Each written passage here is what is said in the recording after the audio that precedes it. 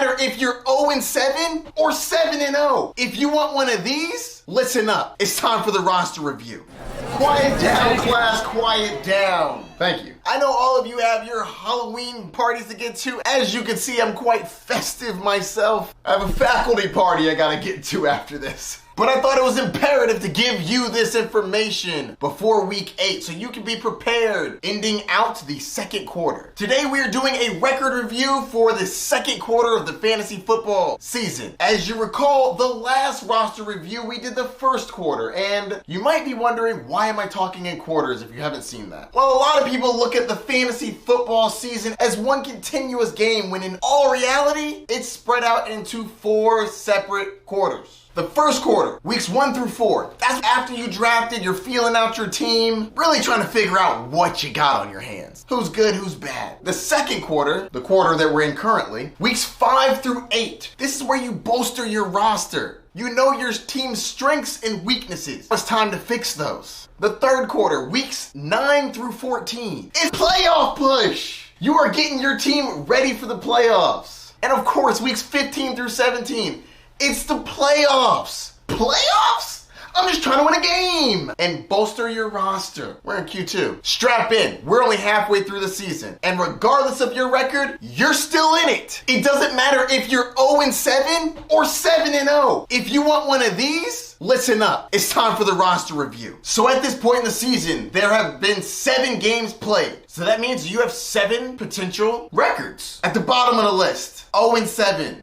1-6, 2-5, then middle of the pack, 3-4, and 4-3. Then leading your league, we have 5-2, 6-1, 7-0. But the record doesn't tell the full story. Like I said before, just because you're 0-7 doesn't mean you're the worst team in the league. Just because you're 7-0 doesn't mean you're the best team in the league. There is no defense in fantasy football, only offense. You can't control what your opponent does. Meaning, you can be the second highest scorer in the league every single week, and you can be 0-7. Some of you are in that situation and you feel desperate, and you might be thinking, why me? I don't know the answer to that. What I do know is what we need to do to fix it. But there's something that every single one of these records has to do first, and that's decide whether they have a good team or a bad team. The easiest way to do this is to look at the points for. If you are towards the top of the points for, you probably have a good team. If you're towards the bottom, your team's probably not that great. Now here's the thing, depending on your record, depends on what you do. On the left side, all of the red, you have a losing record. If you're 0-7 and you still want one of these, don't worry, I got you. First things first, have to decide whether or not your team is good or bad. Look at the points for. If you're at the top, your team's probably pretty good. You've just had some bad breaks. If you're at the bottom, your team's probably pretty bad, and we need to make some big adjustments. Earlier in the season, it would be minor adjustments. But at week 7, if you're 0-7 or 1-6, and you're at the bottom of the points for, you need some real adjustments. This is what we're gonna do. First, you're gonna figure out where are you strong, where are you weak, what do you need to fix. Let's say you got a lot of wide receivers, but your running backs are lacking. And one of your wide receivers is Justin Jefferson. If you have an 0-7 record to a 2-5 record, you need to be trading Justin Jefferson. You don't know when he's coming back, and when he does come back, he might be ramped up. You can't afford that. Go to the top teams in your league, find one that could use a top tier wide receiver, and create a trade that does a 2-for-1. You send Justin Jefferson, you get 2 players in return. Make sure these players fill the holes that your team has. If you don't have running backs,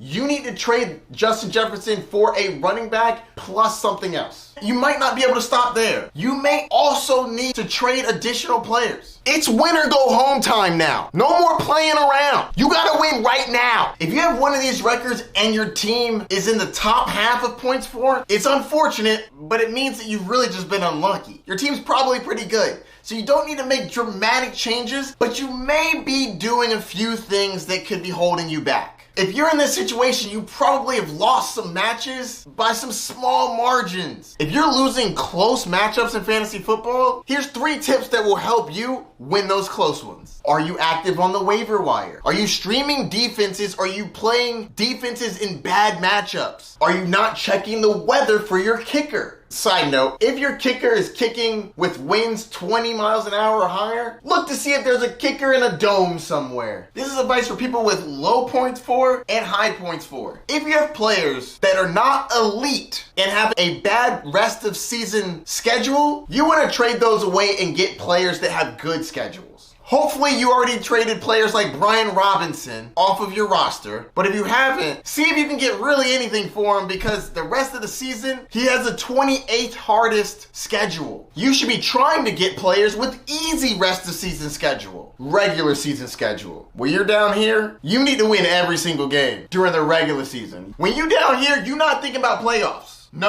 You're thinking about winning every individual game. I would try to trade for Isaiah Pacheco. He has the 3rd easiest schedule for the rest of the season. I'll make a video going over the best players to grab for weeks 8 through 14 schedule. When you're trading for players, try trade for players that have already had their bye. When you are down here, you can't afford losing one of your best players that you traded for to a bye week. Now, I know that it can't happen every time. It's just a factor you should look into. When you're trading, try to get players that have already had their bye. And trading Justin Jefferson isn't just because he's Justin Jefferson. We're trading injured players off your team for players that'll help you right now. Injured players can't help you. We're halfway through the season. You gotta get some wins. I'm not saying trade your players for nothing, but you gotta start making some moves if your points for are very low. If they're not, might be able to squeak out a couple wins with those 3 tips I gave you. If you're 3-4 or 4-3 and you want one of these, don't worry, I got you. Listen up. If you're 3-4 or 4-3, you're average. That's not good, not bad. We don't do average around here. We're here to be on top. So let's take you from average to coasting to the playoffs. First thing you need to do, check your points for, see if you have a good team or a bad team. If you're towards the top of the points for, your team's probably pretty good. If you're towards the bottom of your points for, you might have gotten lucky. Either way, you're average right now. Figure out where you are deficient. Do you need wide receiver help? Do you need running back help? Whatever position that you need help in, you should be trying to fix that now. I'm always a fan for the 2-for-1. If I'm in the middle of the pack, I'm not trying to give away my best players. What I'm trying to do are fix holes. That's really what y'all need to work on. Fixing the holes you have in your roster. And of course, don't think you're too good for the little things. Play the waiver wire. Make sure you're streaming those defenses and kickers. Don't tell the players at the bottom that I told you about this. But if you see people that are desperate, 0-7, 1-6, I'm gonna start throwing some trades their way. You never know what they'll accept. You never know. Desperate times calls for desperate measures. And if you're one of my fans and you're 0-7 or 1-6, if people start sending you some trades, you may want to run it past me. I am a great resource for that. I got you. Because they will take advantage of your situation. It's what they should do. And you should be strong enough to say, no, I will not trade you Justin Jefferson for KJ Osborne. So yeah, you're trying to bolster up your roster, fill in any holes, and get some stars on your squad if you can. If you're 7-0 in your league, don't get cocky. If you want one of these, you're only halfway there. If you're on this side over here, you're doing well. Mazel tov. Mazel tov. But it's not over yet. Get your head in the game. You still got a long way to go. Yes, the odds that you make the playoffs are fairly high, but they're not guaranteed. Also, we're trying to get the bye week. The less games you have to play in the playoffs, the better. Let the peasants play in the first round. We're too good for that. That's beneath us. That's what you should be thinking. You are trying to be the elite of the elite. If you're over here, it is not about making the playoffs anymore. It's about being ready to dominate them, not just win.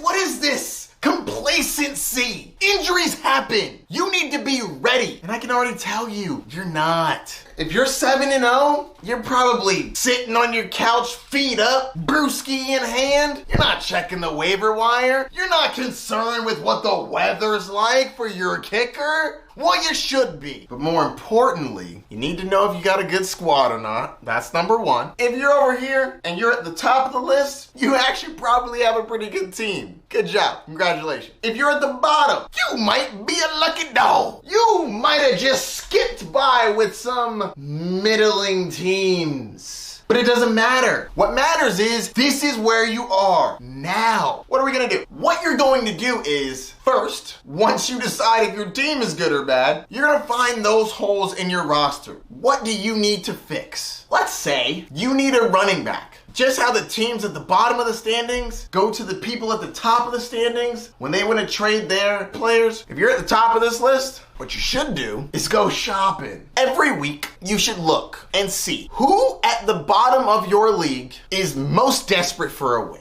And do they have anything you want? If they do, you look on your bench and you see, what do they need from my bench? Because we not giving up starters. We not desperate, unless necessary, of course. Every situation is different. We are trying to upgrade specific things at this point. If you're down here with points 4, you need good bodies. You're looking for 2-for-1s where you give up 2 players to go get their one really good player. Like I said, you're not giving up starters unless you really have to. That way, you get the better player in the deal, which is always what you're shooting for, and you also get an open roster spot. No one ever thinks about this spot. When you do a 2-for-1, if you give up 2 players, you then have an opening to add a player. It doesn't just stay empty, guys. Do 2-for-1s. If you're winning, 2-for-1s are the way to go. I try not to do 1-for-1s, those are whack. Another thing that you want to target if you have a winning record, look for players that are on bye. But Professor, why would I want players that are on bye? Because you have a winning record and the person you're looking at does not, and they need a player they can play right now. For example, next week is week 9. 49ers, Broncos, Jaguars, Detroit Lions. They're all on a bye. If you have a winning record, I'd go look at the bottom teams in your league and see if they have any of those players. I'd give them an offer for Christian McCaffrey, Travis Etienne, David Montgomery. The teams at the bottom of the standings need wins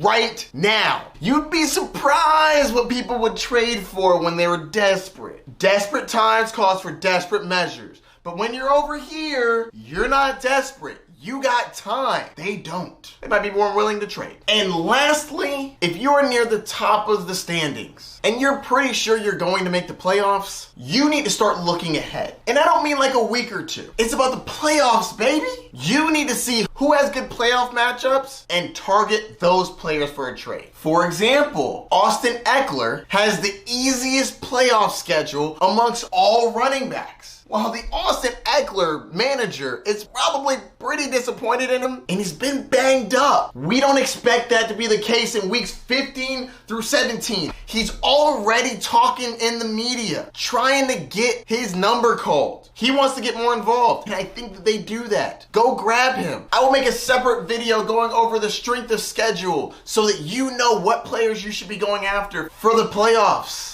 Don't worry, I got you. So if you have any questions, any concerns, leave the comments down below. And don't forget to like, subscribe, and hit that notification bell for all of the updates you need for fantasy football. For the strength of schedule and players to target for that strength of schedule, click right here. And you'll get that and a whole lot more. See you soon. Happy Halloween.